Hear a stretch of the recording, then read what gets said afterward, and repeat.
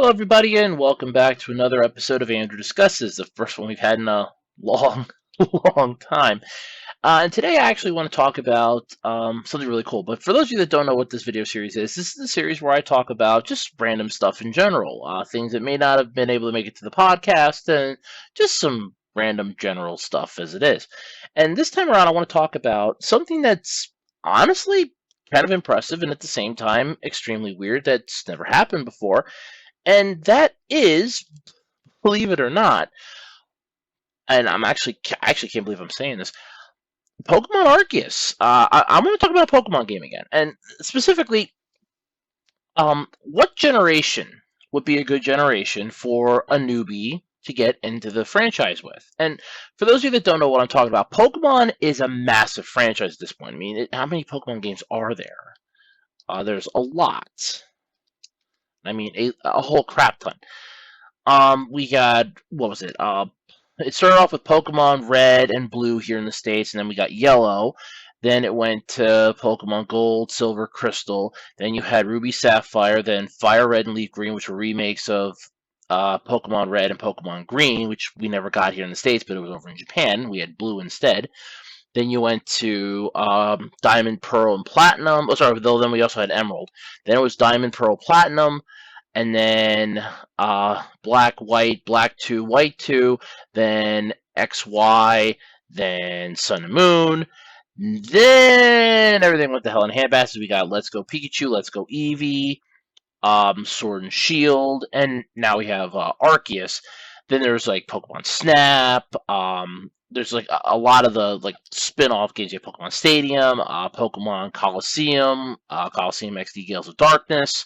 So many Pokemon games, and with I just want to say this, with like the whole massive amount of you know Pokemon stuff out there, you're gonna wonder how many times can you actually sit down and play this game. What would be the best game? And that is a good question. And that's something that I kind of want to help try to answer today in this video. What would be a good starting point for anybody that's like, okay, I have no idea what I want to, get into this? I mean, we have freaking 8 generations of Pokemon games, and that's not even counting, the NES, sorry, not the NES, the N64 games, the GameCube games, and well, you got to count some of the Switch games. But of course, but you're like, what do we all have with this? What would be the best starting point for me? I'm a new player. I've been watching YouTube videos about Pokemon. I want to get into this. I want to play the games. Where should I start? And that's a damn good question. I'm hoping to answer that today in this video.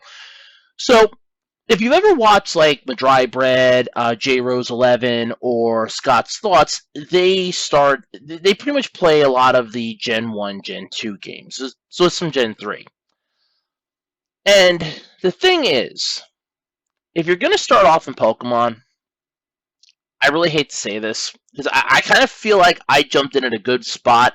In 2002, they had the release of Ruby and Sapphire, and that's kind of where I jumped in. That was where my first game. My first game was Sapphire, and that was my jump-in point. And for those of you that don't know what that is, so Red, Green, and Blue took place in the Kanto region as well as Yellow. Now, for those of you wondering, well, what the hell? Well, Red and Green were the Japanese ones, and then they also had Blue. Then here in the States, we had Yellow, Red, and Blue, because Yellow was the special Pikachu edition, and that was actually a little harder. That's a good one to start off with, but you have to remember, Gen 1 was the buggy shit show of a mess, because that was also the, here, we're going to have, this, and this. We're going to have a massive amount of glitches, bugs, and errors in this thing. Like, Gen 1 has all one type of special. There's no special defense and special attack. That didn't happen until Gen 2. So Gen 1, you should have special. So any move that raises your special is basically going to make your character OP. So look at, Slowbro.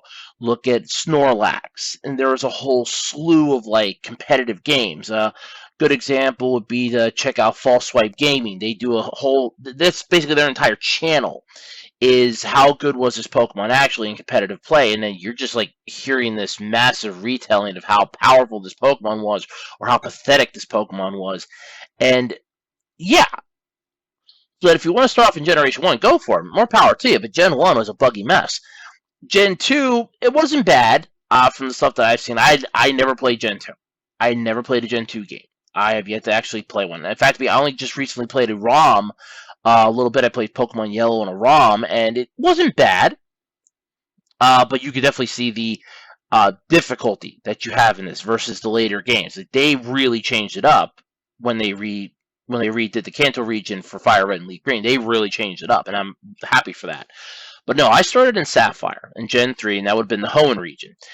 And if you're going to start off in any franchise, any of the games, I would highly recommend starting off in Gen 3 for a few reasons. And now, don't get me wrong, you can always go back and replay Gen 2 and Gen 1. That's fine, because you'd be doing it on emulators now anymore, unless you're actually going to whore out the cash for a Game Boy Advance, and you're going to try to get your hands on a cartridge that you're probably going to have to change the battery on to, be able to save your game. So, trust me, if you want to go back and play Gen 1, Gen 2, more power to you, but hear me out first. So, you have Gen 1, which has the notorious 1 in 256 glitch, the possible missing no thing that could happen if you know how to do that. There's glitches and exploits galore in that thing. There's like an entirely... let me Google it, because I'm almost telling you, like, there's like a tremendous amount of glitches, and those are just the ones that I know. Glitches in Pokemon Generation 1, there's just like a list of them, a massive, massive list of them. And Bulbapedia is a good spot to go to. So yeah, there's a lot of glitches. The 1 in 256 miss glitch apparently is Generation 1. Basically, that can happen in Generation 1. You have it, I want to say it possibly happening in other things, but yeah, whatever. But yeah, you have that was notorious. You have, other glitches galore, like the what was the that was a standing tree, yeah. Where you can cut down the tree, it'll still be there. Unless the game just doesn't want to do it. You got defrost. Yeah. In Generation 1, if you froze somebody, that was it. That was game. Because they couldn't thaw unless you had an item, which I don't think there was one, but I think there was. So unless you had an item, 1, 2. Unless you're hit by a fire move, like fire spin or flamethrower. So of course, yeah, you're screwed. Those are the only ways you could thaw in Gen 1, so you're screwed. The sleeping glitch, where you're put to sleep, you can't attack the first turn you wake up. You can't attack the same turn. Nope, you gotta wait till the next turn. And you have like a whole crap ton of glitches. The zero error glitch, the zero damage glitch. Yeah, it's just, there's a huge, huge amount of errors and everything else. There's glitches galore in this damn freaking generation, and it's just a nightmare to figure it out. The order move priority, it's a pain in the ass. And that's literally, it's Gen 1. It's literally Generation 1. If you try withdrawing like a level 1 Pokemon, using like an algorithm, it soft locks the game. You can soft lock the game using Rage. You can get screwed over with just the littlest things. It's just, yeah, there's a crap ton. If you want a good example, like I said, just Google search it, go to Bulbapedia. There is a shit ton of Generation 1 glitches. And that's literally what I'm at right now, just Generation 1 glitches. And it is just a nightmare. You got save data, corruptions, toxic counter glitches, leech seeds, rest, trade cloning, transformation glitches, sleep glitch, the vending machines, Victory Road, bicycle, you name it, there's a crap ton of them, and that is the horrible, horrible truth is that Gen 1 was a massive, glitchy nightmare. It was a freaking mess. But it was good, but it was a freaking mess. It was a massive mess. And that was just Generation 1. So if you ever want to start off in Generation 1, go for it. But Generation 1 is a massive nightmare of a shit show. Gen 2, they fixed a lot of that. You had the special split, you had rebalancing, retyping, they introduced Dark and Steel, so that definitely changed the game a bit. But if you want to start off with a fresh coat of paint where a majority of the stuff is kind of fixed and leveled off a little bit, Gen 3 is where you can start off with. That's just my personal preference. Then again, like I said, I started in Gen 3. Sapphire is a good place to start. The only downside that I wish they would have fixed in Gen 3 and not... they fixed this pretty much in Diamond and Pearl, as I'm pretty sure that's where they started it. Maybe Fire Red Leaf Green. I don't remember off the top of my head. I'd actually have to look. But I know in Ruby and Sapphire, you use a TM one time, it's still gone. And that bothered me because then later games, like, oh no, the TMs still stick around. You can just teach it over and over and over and over and over again. They finally fixed the error of that. They finally fixed that error, and I was like, oh, thank God. Oh, thank God. They finally fixed something in this game that needed to be freaking fixed. But if you want to start off, your best starting point, at least in my personal preference, your best jumping point would be Ruby and Sapphire. Because then that generation was Generation 3. And you can also do Fire Red and Leaf Green. So you could start in either of those. You could start Fire Red, Leaf Green, shoot the Emerald, or you can just do Sapphire and Ruby, then shoot the Fire Red, Leaf Green, whatever suits your boat. Because Fire Red and Leaf Green were the remakes of Red and Green, but in this case, they kind of added in a lot of Gen 2 stuff into those. Because you can get Scissor, you can get Steelix. Now, granted, those were trade evolutions, but courtesy of the wonderful people out there fixing the mods and creating the ROM hacks, stuff like that, there's something called the Universal Pokemon Randomizer, which can actually assist you in multiple things.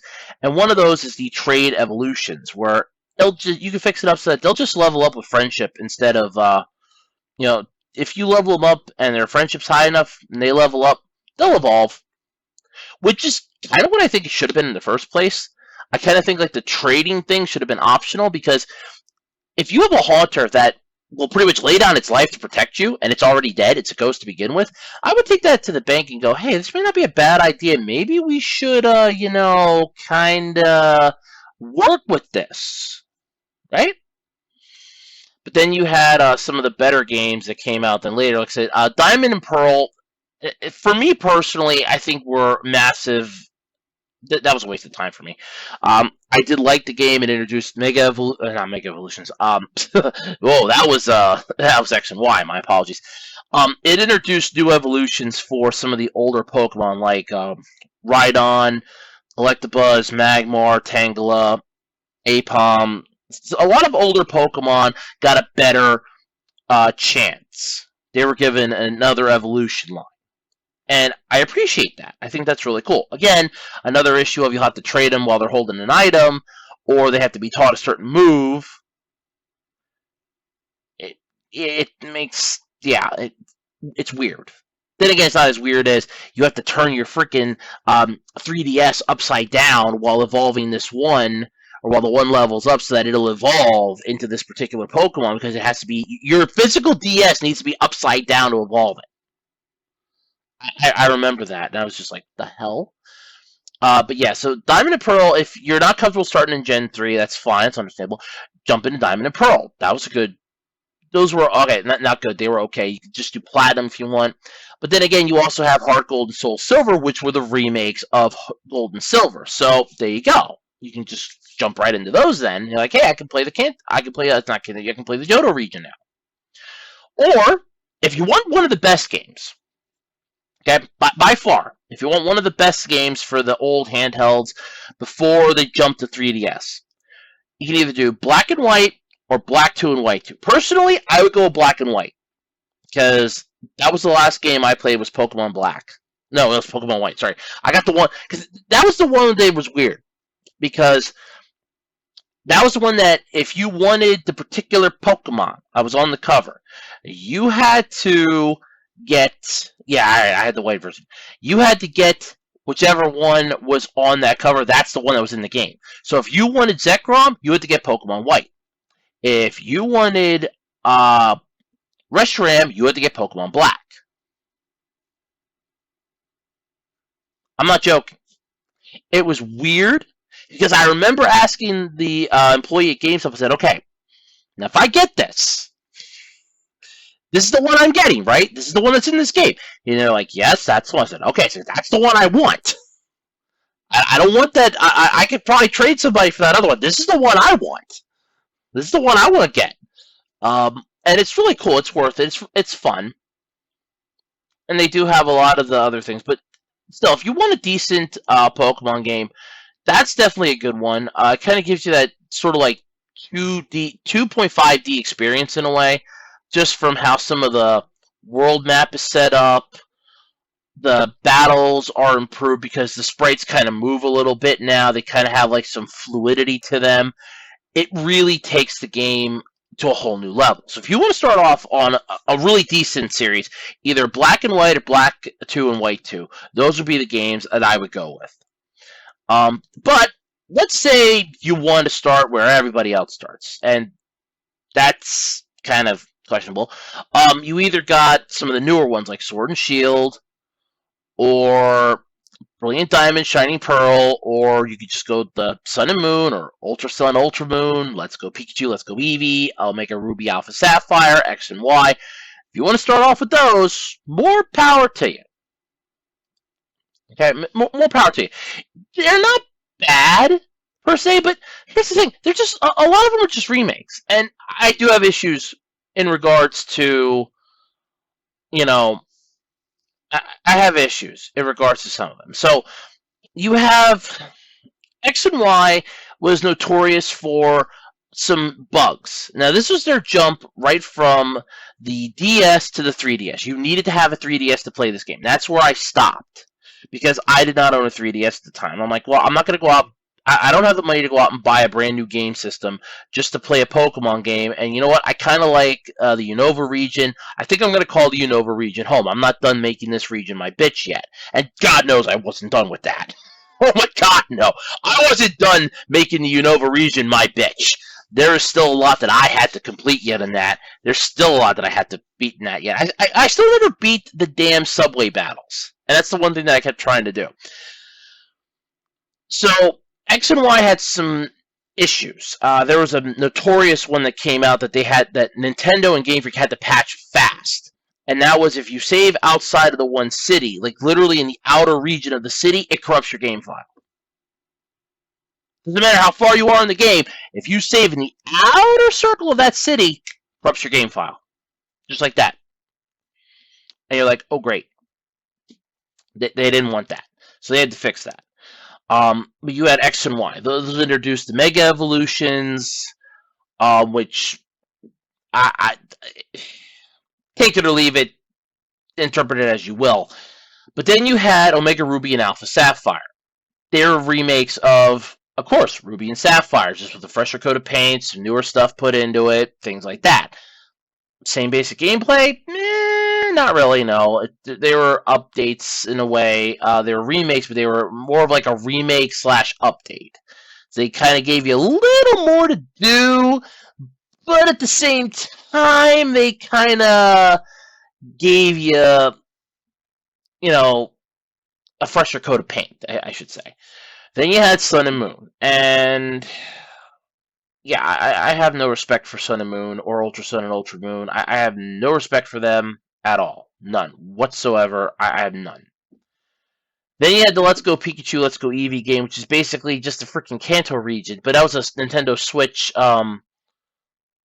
This is the only way you could play that. And that's the first game then, too, that allowed you to integrate Pokemon Go, which Nintendo didn't actually own.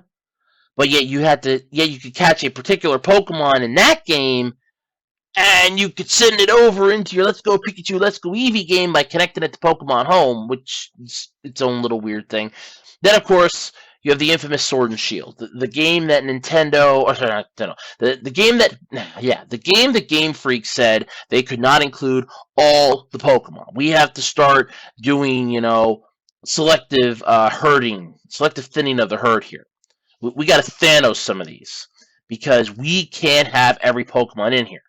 And the issue with that I still have to this day is that when you look at some of the fan games, like some of the ROM hacks and things like that, there are some fan games out there that have every single Pokemon, and it's designed in a Gen 3 style, and it looks beautiful as hell. This is one of those that that Game Freak's like, well, we can't do it, and a whole bunch of other fans were like, you can't, we can. And then it's sort of like a reverse. If anybody out there's ever seen the Iron Man movie, I'm going to go with probably no. But if you've ever seen the Iron Man movie, the first one, there was a line in it that Obadiah Stane's basically yelling at the one technician. The technician's like, the technology doesn't exist. He goes, the technology exists. It's right here. I'm just asking you to make it smaller. Well, it's not possible. Then he yells at him and goes, well, Tony Stark built this in a cave with a box of scraps. So you have Game Freak basically saying, this isn't possible. You have Nintendo's Obadiah Stane at this point, and Game Freak's just like, well, look, what you're asking us is impossible. We can't include every single Pokemon in these games anymore. It's too massive. And then you have Nintendo going, but the fans are doing it in their mom's basements on outdated technology. Like, literally, they're doing it for generations that don't exist anymore.